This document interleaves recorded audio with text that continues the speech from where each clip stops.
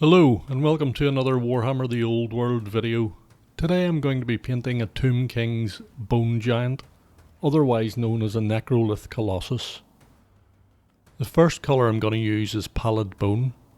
I have of course primed this model white using a white spray primer. I'm going to paint every area that I think is bone using Pallid Bone, giving it a good healthy heavy coat. Allowing it to pull in the recesses.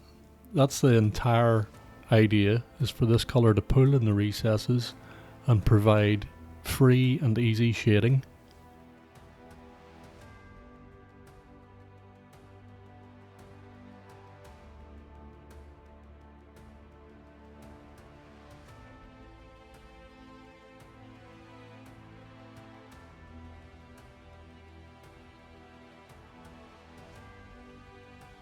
You can't really go wrong here when you're painting this Pallid Bone colour. Even if you hit some areas that you don't mean to hit, don't worry about it. We can touch that up again later with white paint. And sometimes you don't even need to worry about touching areas up because the Pallid Bone is a light colour. You can, if you wish, just paint straight over the top of it. I will, however, touch it up because that's just me. But you don't have to be like that. You can just paint straight over the top of Pallid Bone. Unless it's a really light colour like yellow, in which case I would definitely retouch it up with white paint.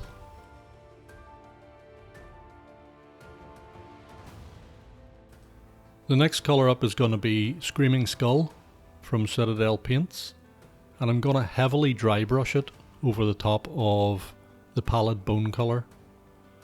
If you haven't bought any dry brushes yet, I highly recommend you go to your local dollar store, Euro store, pound store, and buy some makeup brushes. They actually work out really well as dry brushes, and they come in different sizes. I'm using one of the smaller ones at the minute, you'll see here. Or you can buy proper dry brushes for hobby painting.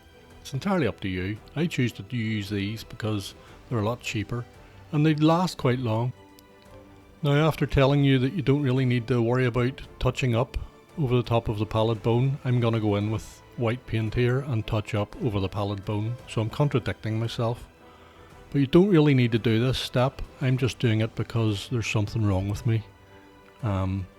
If I was doing a really light colour over the top of this, like yellow, I would definitely go in with the white, but otherwise you don't need to. I'm now going to use Hoplite Gold from Army Painter Speedpaints, and I'm going to paint all the metal work on the Bone Giant with this gold paint. It flows really well and it'll go over the top of the Pallid Bone okay. So again, you don't need to go in with the white paint to touch up areas, although I have.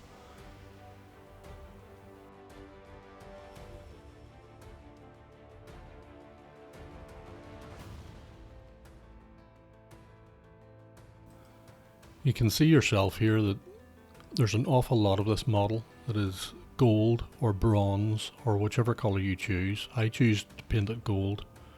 It will get a wash to dull it down a bit and make it more bronzy, goldy, coppery, but this is the colour I choose to use.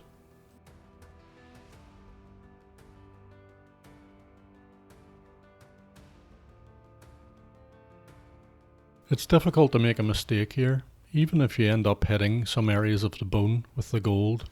It's very easy to fix with white paint and then the Pallid Bone. So don't worry about it, just take your time and be as careful as you can. The next colour up is going to be Brownish Decay, and I'm going to use it to paint all the wrappings that are on the Necrolith Colossus, or Bone Giant, whichever you prefer to call it. There's a fair amount of these wrappings and you need to be quite careful when you're looking at the model, not to mix bones up with wrappings. Sometimes it's not very obvious.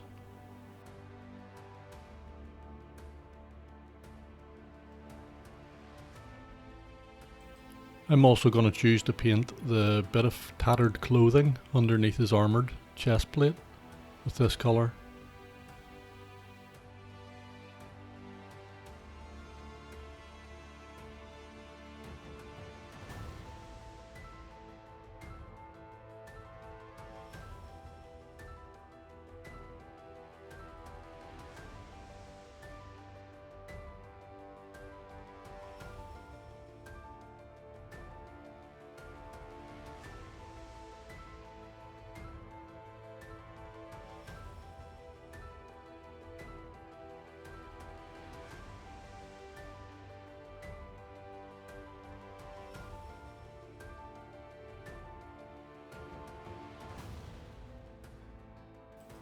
The next colour up is going to be Snakebite Leather from Citadel, and I'm going to use it to paint the belt on the Bone Giant. You'll hear me continually refer to this miniature as a Bone Giant because that's how I remember it.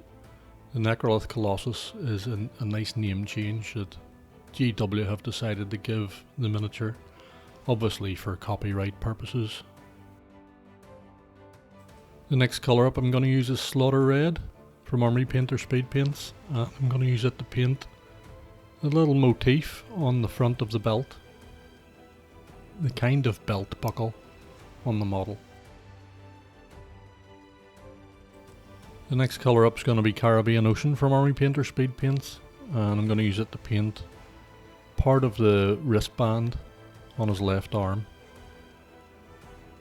I'm going to choose these colours because they're the colours I've chosen to paint my Tomb King's army. It ties them together as an army. It's only a small amount of blue and a small amount of red on this model, but it definitely helps. I'm now going to use Reikland Flesh, again a Citadel. It's a shade or a wash.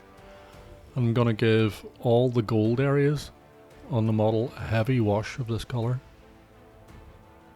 Again, I'm quite happy for it to pull in the recesses. It'll dry, providing free shading without you having to do any work, which is great.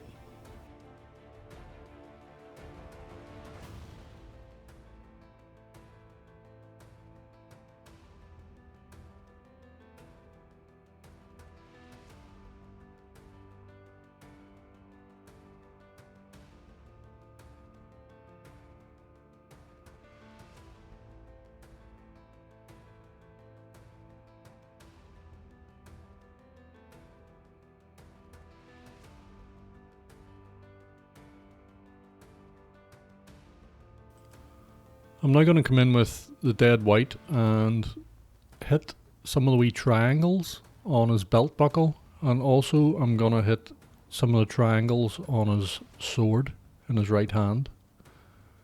And that's because I want to paint those triangles red and blue alternate. Again, because that's the colour of my Tomb King's army. So I want to try and have all the units with these colour on them somewhere to tie them together. Keep them kind of uniformed. And I'm now on to basing the miniature, so I'm going to use AK Interactive's Beach Sand because that's what I have available. It's really easy to paint this on using an old paintbrush. Just paint it straight onto the top of the base. You can create dune type effects quite easily with it, and after I have painted this on, I will give it a coating of fine sand just to make it more sandy. In my opinion, it's too fine a grade, so I like it to be a little bit rougher. The sand can get sprinkled straight onto the top of this stuff and it dries really well.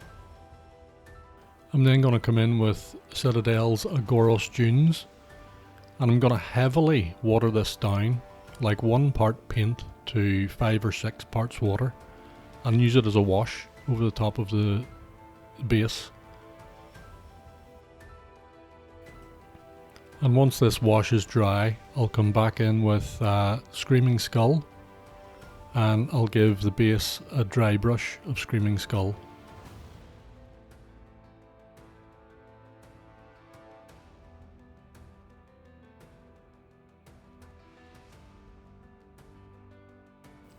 I'm now going to edge the base. I'm going to use a flat earth colour that I've used for the rest of my Tomb King's army. Use whichever colour you like. A lot of people like black. I don't, because I don't want the models to stand out too much on the table. I'd rather the bases blended in a little bit even with the table. And black, certainly I don't play on a black battlefield, and I don't know anybody who does, unless you're in space. But each to their own, of course. I'm now going to add some tufts to the base, and again this is just to help add a little bit of a 3D effect to the basing, and it's very simple and easy to do, and they're cheap, inexpensive to buy from Army Painter. I'm using Deadlands and Highlands tufts here, but you can use whatever tufts you've got. And that's it. The miniature's complete, or at least it's complete enough as far as I'm concerned to be perfectly gameable, to look pretty good on the tabletop. And that's really all I've set out to achieve here. You could of course put a lot more time and effort into these miniatures, but for me it's all about the gaming. I'm far more a gamer than I am a painter, so I hope you've got something out of this video, and maybe I've taught you something or even inspired you to pick up a paintbrush. That's all I really set out to do.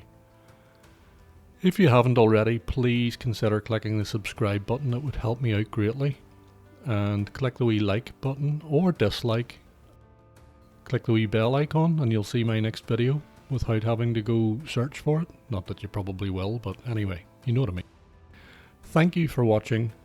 Have a great day.